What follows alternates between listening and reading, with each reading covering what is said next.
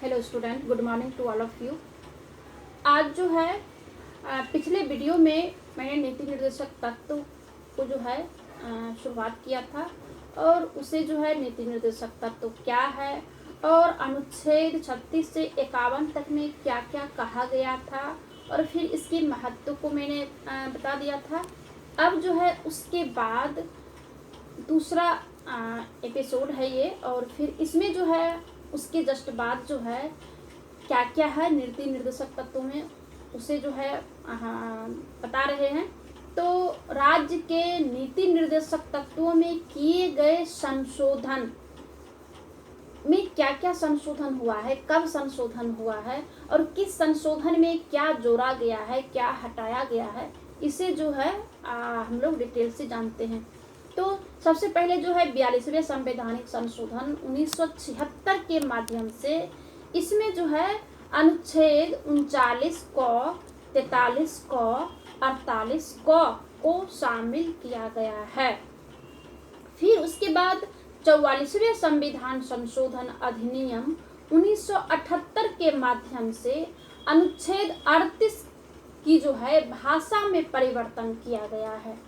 और फिर अनुच्छेद 45 में ये उल्लेख है कि राज्य जो है प्रारंभिक शैशवावस्था की देख रेख और सभी बालकों को उस समय तक जब तक कि वे 6 वर्ष की आयु पूरी ना कर ले शिक्षा प्रदान करने के लिए प्रयास करेगा।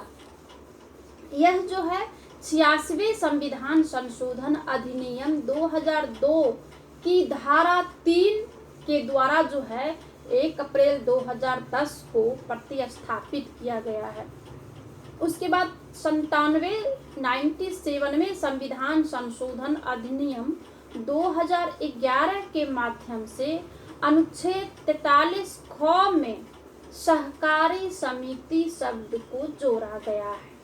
उसके बाद जो है संविधान के अन्य भागों में जो है जो उल्लेख किया गया है नीति निर्देशक तत्व को उसे जो है हम डिटेल से देखते हैं। जैसे कि अनुच्छेद 335 के तहत जो है संघ या राज्य के कार्यों से संबंधित सेवाओं और उसके अधीन पदों की नियुक्तियों में अनुसूचित जातियों और जनजातियों के दावों का प्रशासन की दक्षता बनाए रखने की संगति के अनुसार ध्यान रखने का है। अनुच्छेद 350 क में कहा गया है कि भाषाई अल्पसंख्यक वर्ग के बालकों को प्राथमिक स्तर पर मातृभाषा में शिक्षा की सुविधाएं दिया जाना है। अनुच्छेद 351 में है कि हिंदी भाषा के विकास के लिए निर्देश दिया गया है। ये जो है इससे जो है संविधान के अन्य भागों में जो है नीति निर्देशक तत्व का जो अनुच्छेद रखा गया है उसे जो है यहाँ पे मैंने बताया है। आगे जो है नीति निर्देशक तत्वों की आलोचना भी हुई है, तो देखेंगे कि इसका जो है किस तरह से आलोचना किया गया है।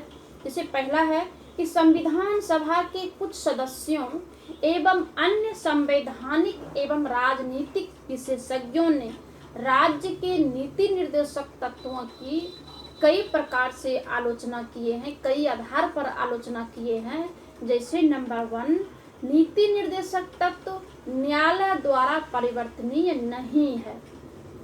यानी कि जिस प्रकार से मौलिक अधिकार में जो है सारा उसका जो संरक्षण जो है न्यायालय के पास जो है हम जा सकते हैं। अगर हम लोगों का कोई भी अधिकार का अगर हनन होता है तो हम 32 के तहत हम सुप्रीम कोर्ट और 226 के तहत जो है हम हाई कोर्ट जा सकते हैं। लेकिन उस तरह से जो है नीति निर्देशक तत्व में ऐसा प्रावधान नहीं है कि इसमें अगर आपको लग रहा है कि ऐसा सरकार को नहीं करना चाहिए, ये काम करना चाहिए, ये नहीं करना चाहिए, तो इसके लिए जो है आप जो है न्यायालय नहीं जा सकते हैं। तो इसीलिए जो है विद्वानों ने नीति निर्देशक तत्वों के संबंध में आलोचना किया है कि ये जो है न्यायालय द्वारा परिवर्तनीय नहीं है। दूसरा पॉइंट है कि नीति निर्देशक तत्वों को भारतीय संविधान ने मूलभूत तो घोषित किया है, लेकिन इन्हें लागू करने के साधनों को स्पष्ट नहीं किया है। यानी कि जैसे कि ये जो है किसी भी काम के लिए या अच्छा या खराब के लिए हम न्यायालय का शरण नहीं ले सकते हैं, या इसमें न्यायालय जो है कुछ नहीं कर सकता है। सरकार इसे माने या नहीं माने, इसमें जो है न्यायालय कुछ नहीं कह रही है। तो इसीलिए जो है कहा गया है कि मूलभूत तो है, लेकिन इसे लागू ही नहीं किया गया है। तो ये जो है आलोचना किया है। तीसरा पॉइंट है कि नीति निर्देशक तत्व तो अक्सर जो है विधायिका व न्यायपालिका के मध्य विवाद का कारण बन जाता है। अगला पॉइंट है कि नीति निर्देशक तत्वों में सम्मिलित कई प्रावधानों को आज भी लागू नहीं किया गया है, जैसे समान नागरिक संहिता। समान नागरिक संहिता जो 44 में जो है, जो कि इसमें जो है नीति निर्देशक तत्व के अंतर्गत आता है, लेकिन समान नागरिक संहिता तो है, लेकिन ये जो है न्यायालय से इसे बाहर रखा गया है, तो इसकी भी आलोचना हुई है। अब आगे है कि नीति निर्देशक तत्वों का महत्व राज्य के लिए नैतिक शिक्षा की तरह है, जिनसे वह निर्देशित तो होते हैं लेकिन बाधित नहीं है। जैसे सरकार जो है नैतिकता के तहत जो है कोई भी काम, जैसे शिक्षा या फिर और कोई भी काम करते हैं, लेकिन वो बाध्य नहीं है, तो उसी चीज की जो है इसमें आलोचना किया गया है। अब जो है आलोचना के आधार पर राजनीतिज्ञों के बहुत सारा विचार है, जिसमें कि है पहला है कि कोई कानूनी शक्ति नहीं है। बात सही है कि इसमें जो है कोई कानूनी शक्ति नहीं है। के.टी. शाह ने इस संबंध में कहा है कि इसे अतिरेक कर्मकांडी बताया और इसकी तुलना एक चेक जो बैंक में है उसका भुगतान बैंक जो है संसाधनों की अनुमति पर ही संभव कर सकते हैं। तर्कहीन व्यवस्था है। इस व्यवस्था के लिए वैज्ञानिक आधार सुझाया जाता है, जबकि ये जो है भावनाओं एवं बिना पर्याप्त जानकारी के आधार पर आधारित है। सर आइवर जो है जेनिक्स ने इस ओर संकेत किया है कि इन तत्वों का कोई नियमित प्रतिमान दर्शन नहीं है। अब रूढ़िवादी का विचार है कि सर आइवर जेनिक्स के अनुसार ये निर्देशक तत्व 19वीं सदी के इंग्लैंड के राजनीतिक दार्शनिक पर आधारित है। ये जो है आप लोगों को जो है ऑब्जेक्टिव के रूप में जो है आता है, या फिर ये जो है तैयार रहता है और इसमें रहेगा कि इसमें कौन सा जो है विचार है, किसका विचार है। तो इसी टाइप से है ये। हालांकि ये नोट्स के व्यू से जो है उतना महत्व नहीं है, लेकिन आप इसे जो है ऑब्जेक्टिव के ख्याल से जो है पढ़ सकते हैं। ठीक है। चौथा है संवैधानिक टकराव। तो इस संबंध में के संस्थानम का कहना है कि इन तत्वों से केंद्र एवं राज्यों के बीच, राष्ट्रपति एवं प्रधानमंत्री के बीच और राज्यपाल एवं मुख्यमंत्री के बीच संवैधानिक टकराव होगा। और यहाँ होगा नहीं, होता है। क्यों होता है कि राष्ट्रपति तो लगभग जो है प्रधानमंत्री जिस पार्टी का रहते हैं, तो राष्ट्रपति भी मैक्सिमम वही पार्टी का रहते हैं, तो वहाँ पे तो कम दिखते हैं। लेकिन राज्य में जो मुख्यमंत्री होते हैं और फिर राज्यपाल, तो हर एक स्टेट में जो गवर्नर का पोस्ट है, तो ये गवर्नर जो है, गवर्नर को राष्ट्रपति जो है नियुक्त करते हैं। तो नियुक्त जो करेंगे, जैसे कि कोई भी स्टेट का गवर्नर को नियुक्त करेंगे, तो ये जो है पूरी तरह से प्रधानमंत्री के इससे होता है, प्रधानमंत्री के कहने से ही होता है।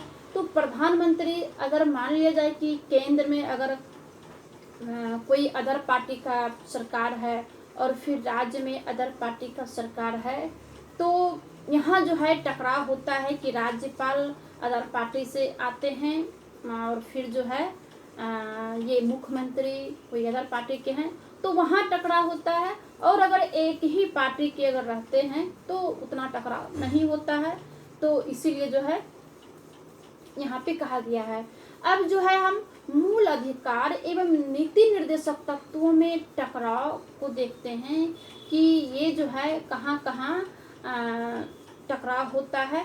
तो देखते हैं, पहला पॉइंट है कि एक और मूल अधिकारों की न्यायोचित और निर्देशक तत्वों की गैर न्यायोचितता तथा दूसरी ओर निर्देशक तत्वों अनुच्छेद 37 को लागू करने के लिए राज्य की नैतिक बाध्यता ने दोनों के मध्य टकराव को जन्म दे दिया है।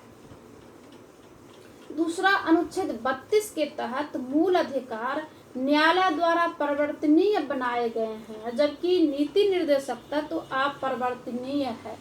तो 1951 के चंपकम दोराई राजन बनाम मद्रास राज्य केस में न्यायालय के मत का सुझाव भी जो है, झुकाव भी जो है मूल अधिकारों की ओर ही हो रहा था।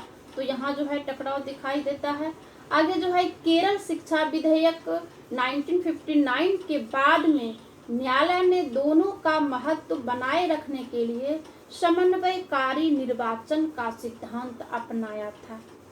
आगे जो है संसद ने गोलकनाथ मामले 1967 में उच्चतम न्यायालय के फैसले पर 24वें संशोधन अधिनियम 1971 एवं 25वें संशोधन अधिनियम 1971 के द्वारा प्रतिक्रिया व्यक्त की। तो इसमें जो है 24वें संशोधन अधिनियम में घोषणा की गई कि संसद को यह अधिकार है कि वह संवैधानिक संशोधन अधिनियम के तहत मूल अधिकारों को समाप्त करे या कम कर दे। फिर जो है संसद ने 25वां संविधान संशोधन अधिनियम 1971 द्वारा अनुच्छेद 31 गौ को अंतः स्थापित किया, और इस गौ में प्रावधान किया गया कि संसद द्वारा यदि कोई विधि अनुच्छेद 39 ख और अनुच्छेद 39 गौ में उल्लिखित नीति निर्देशक तत्वों को प्राप्त करने हेतु बनाई गई है तो यह विधि जो है इस आधार पर शून्य नहीं मानी जाएगी कि वह अनुच्छेद 14, 19 या 31 में दिए गए मूल अधिकारों का उल्लंघन करती है। अब जो है केशवानंद भारती बनाम केरल राज्य 1973 के मामले में जो है न्यायालय ने अनुच्छेद 31 गौ को वैध माना, किंतु इसे न्यायिक पुनराविलोकन के दायरे के अधीन घोषित किया। अब जो है 42वां संविधान संशोधन अधिनियम 1976 में सभी नीति निर्देशक तत्वों को अनुच्छेद 14, 19 और 31 पर वरीयता दी गई। तो यहाँ जो है दोनों में जो है अलगाव दिखता है।